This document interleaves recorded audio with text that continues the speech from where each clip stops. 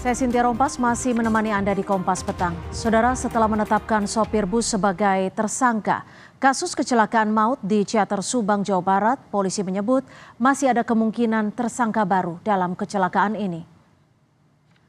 Polisi menjelaskan jika penetapan sopir barulah awal karena masih memeriksa sejumlah saksi, diantaranya perusahaan PO Bus Putra Fajar, kernet bus yang dinilai mengetahui kerusakan bus. Saat ini sudah ada 13 orang yang diperiksa sebagai saksi dalam kasus kecelakaan bus tadi tur, salah satunya mekanik yang diminta tolong memperbaiki rem di lokasi wisata Tangkuban Perahu hingga 2 pelajar yang selamat.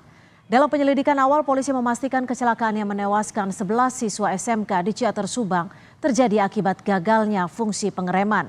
Sementara fakta pemeriksaan, polisi menemukan jika izin kir bus mati dan ditemukan kelalaian dalam perawatan bus. Fakta-fakta baru, sehingga dengan fakta-fakta tadi, kalau memang nanti ada tersangka lain, akan kita lakukan, ya, gitu ya. Jadi tidak menutup nanti akan ada tersangka lain selain dari para pengemudi, karena tadi faktanya kir ini mati. Kir ini sebagai bentuk jaminan keselamatan secara teknis kepada masyarakat pengguna kendaraan. Menteri Perhubungan Budi Karya Sumadi dan Kakor Lantas Brigjen Aan Suhanan menggelar rapat bersama pasca kecelakaan maut yang terjadi di Subang, Jawa Barat. Menhub menegaskan penegakan hukum akan dilakukan melalui penyelidikan menyeluruh agar tidak hanya sopir yang bersalah dalam kecelakaan. Upaya membangun rasa jerah. Nanti Pak Kakor Lantas akan menyampaikan adalah dengan melakukan law enforcement dengan pasal-pasal dan penyelidikan yang benar agar bukan saja supir yang salah tetapi siapa lagi yang salah. Rumah Sakit Bayangkara Brimob Kota Depok memulangkan 7 siswa SMK Lingga Kencana yang menjadi korban kecelakaan bus di Kabupaten Subang, Jawa Barat. 7 pasien yang dipulangkan terdiri dari 4 pasien ortopedi serta 3 pasien bedah umum. Saat ini masih ada 5 pasien yang menjalani perawatan. 2 diantaranya harus mendapatkan tindakan lanjutan. Alhamdulillah 7 pasien ortopedi pada tanggal 12 Mei hari Minggu kemarin telah dilaksanakan operasi. Dan kita sudah saksikan bersama bahwa sudah ada beberapa pasien yang kita pulangkan karena memang perkembangan dari keadaan klinisnya yang semakin baik dan memang sudah layak untuk dirawat secara jalan. Setelah kecelakaan maut di Subang, Jawa Barat, Dinas Pendidikan Jawa Barat dan Jakarta melarang karya wisata siswa keluar kota. Sementara terkait kasus hukum kecelakaan ini, polisi membuka kemungkinan adanya tersangka lain, termasuk memeriksa perusahaan bus. Sudah bersama kami Ibu Rosdiana, orang tua dari Mahesa Putra, salah satu siswa yang meninggal dunia akibat kecelakaan. Lalu ada pula PLT, Kepala Dinas Pendidikan Jakarta, Purwosusilo, dan Direktur LBH Transportasi, Hermawanto. Selamat petang Pak Purwosusilo dan Pak Hermawanto dan Ibu Rosdiana. Selamat petang Ibu. Ya, sebelumnya kepada Ibu Rosdiana kami turut berduka yang sedalamnya Ibu atas kepergian Mahesa akibat kecelakaan. Baik, saya akan ke Ibu Rosdiana terlebih dahulu. Bu Rosdi, saat ini sopir sudah dijadikan sebagai tersangka. Bagaimana Ibu Rosdiana melihat ini? Ya, menurut saya sih, ya juga sih. Satu aja yang kita kesalahan. Ya, mohon maaf Ibu, sepertinya masih di mute untuk audionya. Dengar ibunya, dengar ibunya. Baik, silakan Ibu. Ya, kalau menurut saya sih, siapa lagi yang harus salahkan? Mungkin ya, terutama memang supirnya. Oke, Ibu mohon maaf untuk audionya boleh kembali didekatkan Ibu karena kurang jelas terdengar di studio.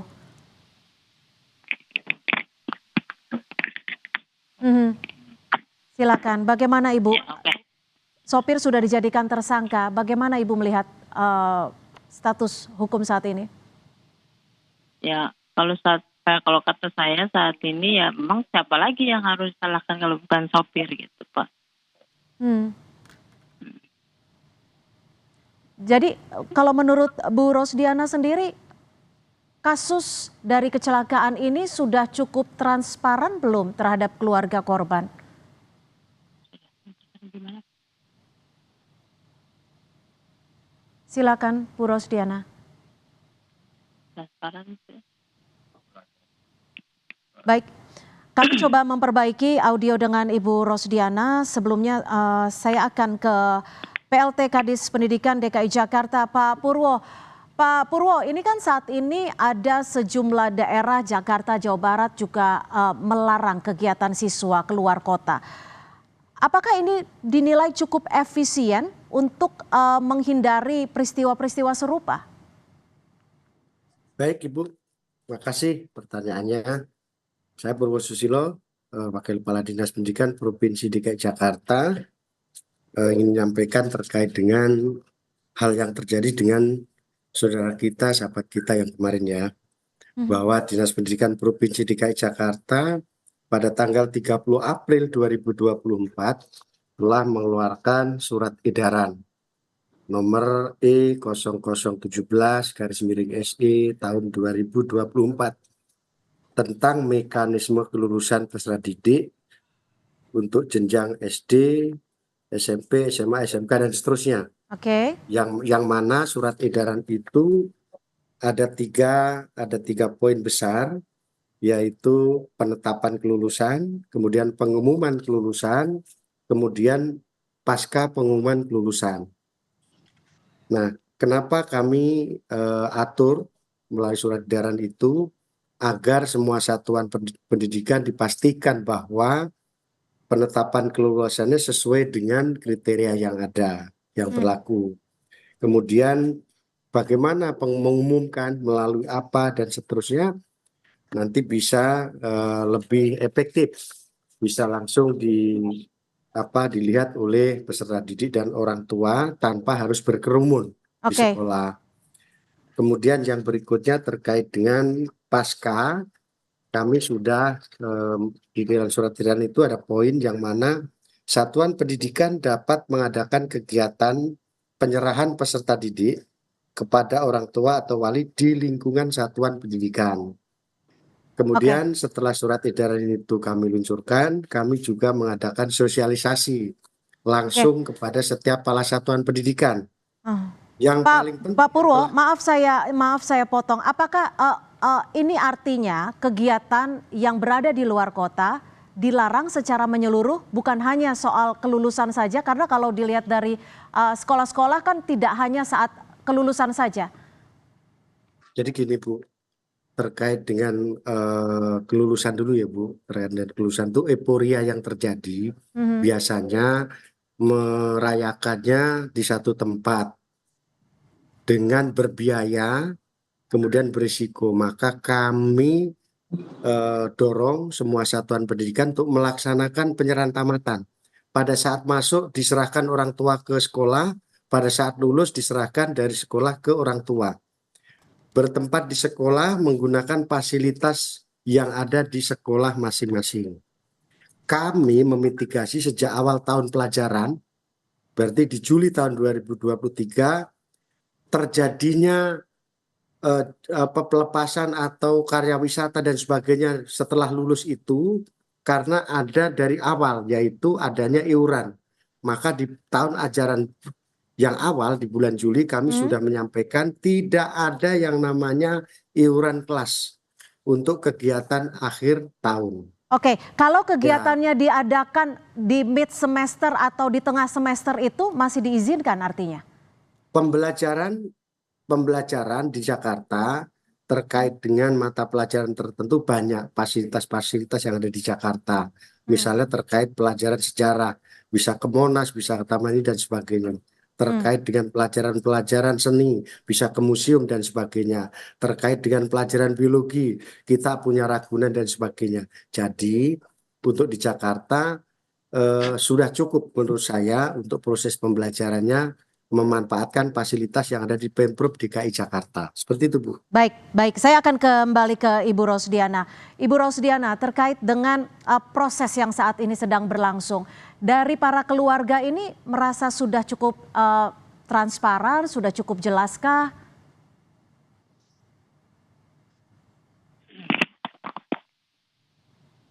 Iya Mbak, gimana? Terkait dengan saat ini proses yang sedang dilakukan pihak-pihak terkait, dari pihak keluarga sendiri apa yang ingin diharapkan? Apa yang diharapkan? Diharapkan dengan kejadian seperti ini.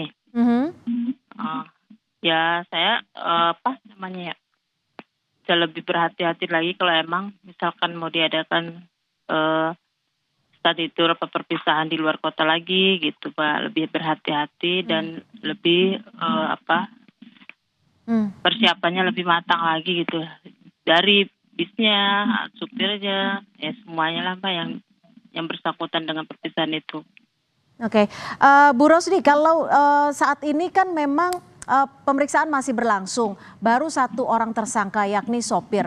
Kalau dari pihak keluarga sendiri ada yang ingin disampaikan mungkin? Karena kan kita tahu bahwa uji kir atau kelayakan busnya dipertanyakan. Iya, memang sih Mbak, sempat dengar seperti itu. Cuman kata sempat dibenerin juga kata montirnya kan, itu katanya aman. Tapi kenapa terjadi seperti ini gitu? Baik, saya ke Pak Hermawanto, Direktur LBH Transportasi. Pak Herma, kalau dari kasus ini apa yang bisa Anda baca? Siapa tepatnya yang harus bertanggung jawab? Karena ini kan kalau bisa dilihat dari rangka kasusnya tidak hanya sopir. Ya, begini. Kalau kami dari isu transportasi melihatnya adalah yang pertama adalah bahwa setiap peristiwa pasti ada penyebab utamanya. Kita tahu bahwa di dalam transportasi itu kalau kecelakaan biasanya terjadi karena faktor manusianya, supirnya. Pertanyaannya adalah supirnya ini fit atau tidak untuk bekerja. Apakah dia juga disiapkan supir pengganti atau tidak? Karena di dalam undang-undang itu juga tegas.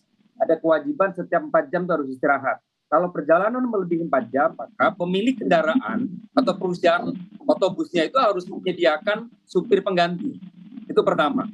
Yang kedua adalah kendaraannya. Kendaraan ini layak jalan atau tidak.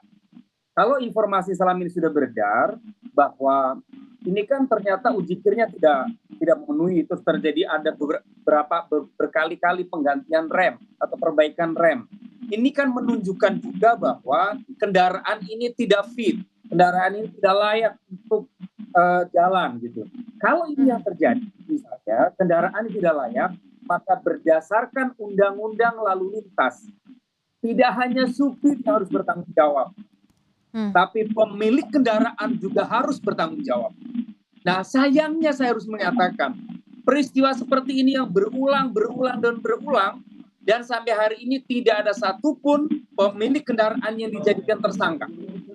Ini problem kita. Jadi ketika kemarin itu sudah ada pemberitaan itu bahwa kemudian Kementerian Perhubungan itu menyatakan hanya evaluasi gitu, maka saya harus menyatakan sesungguhnya yang harus paling banyak bertanggung jawab Kementerian Perhubungan, karena pengawasan terhadap kendaraan ini tidak maksimal gitu.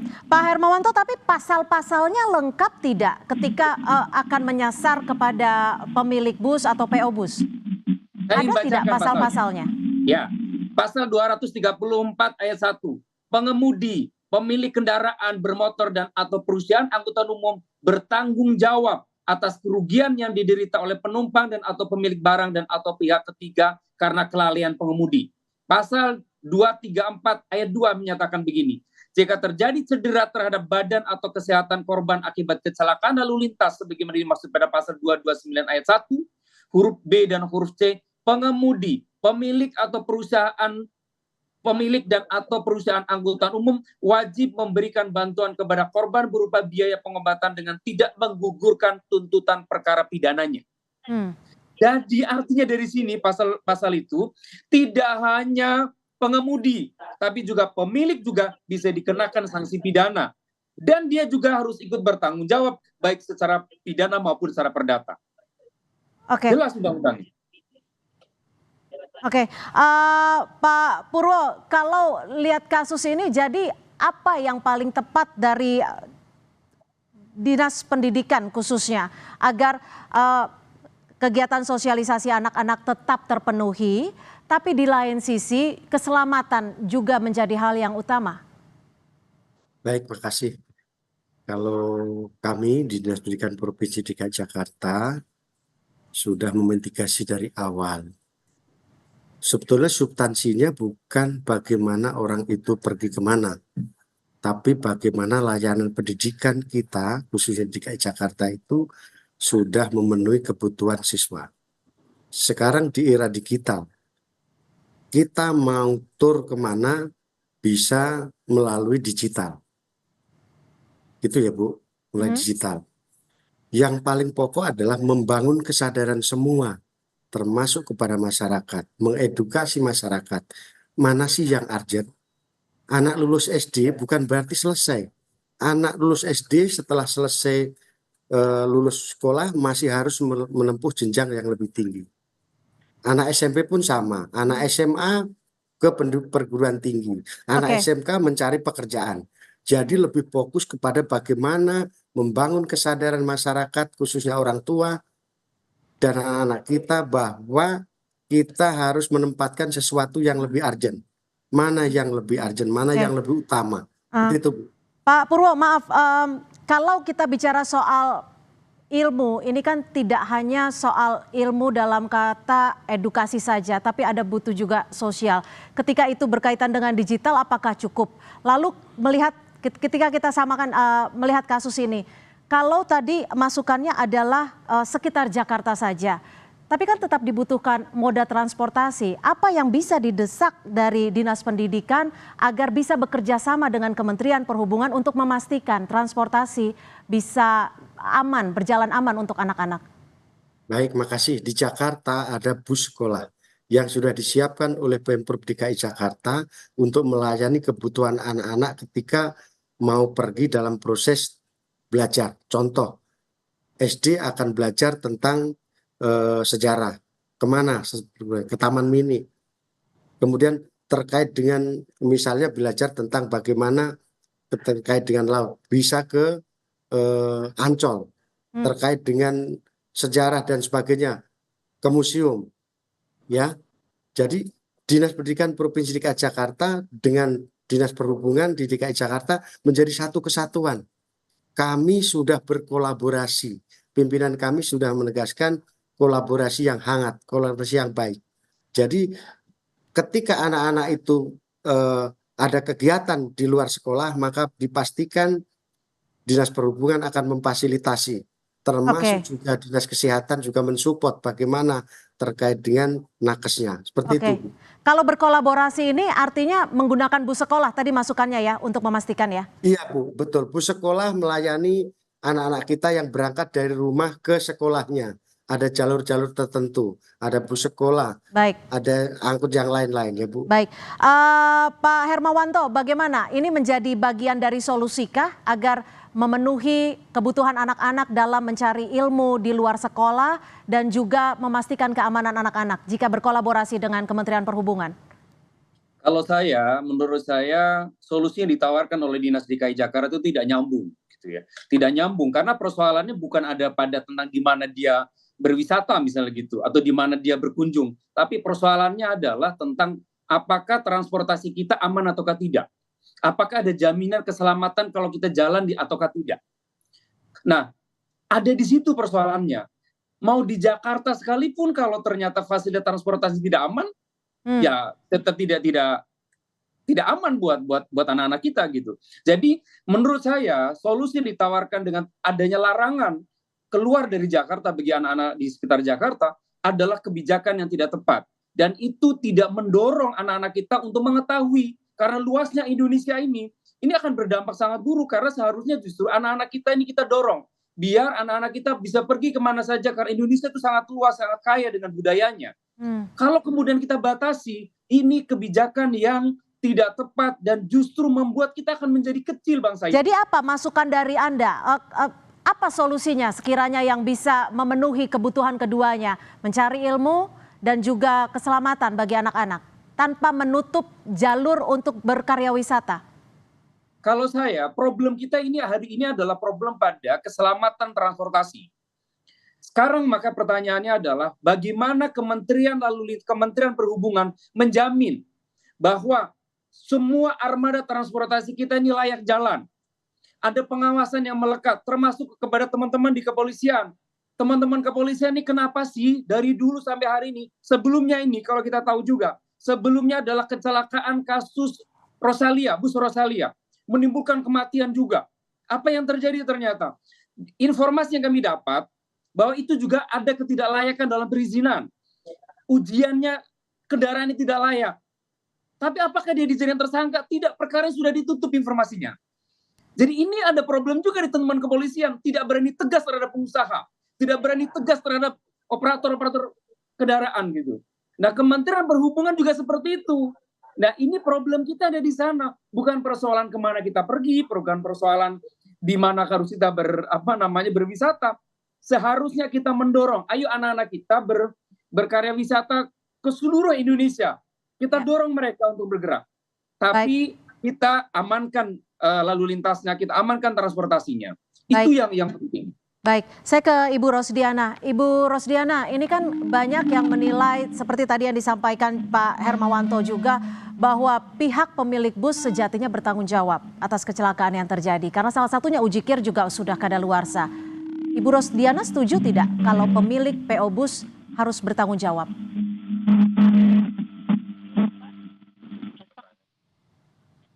Suaranya Ibu, mohon maaf.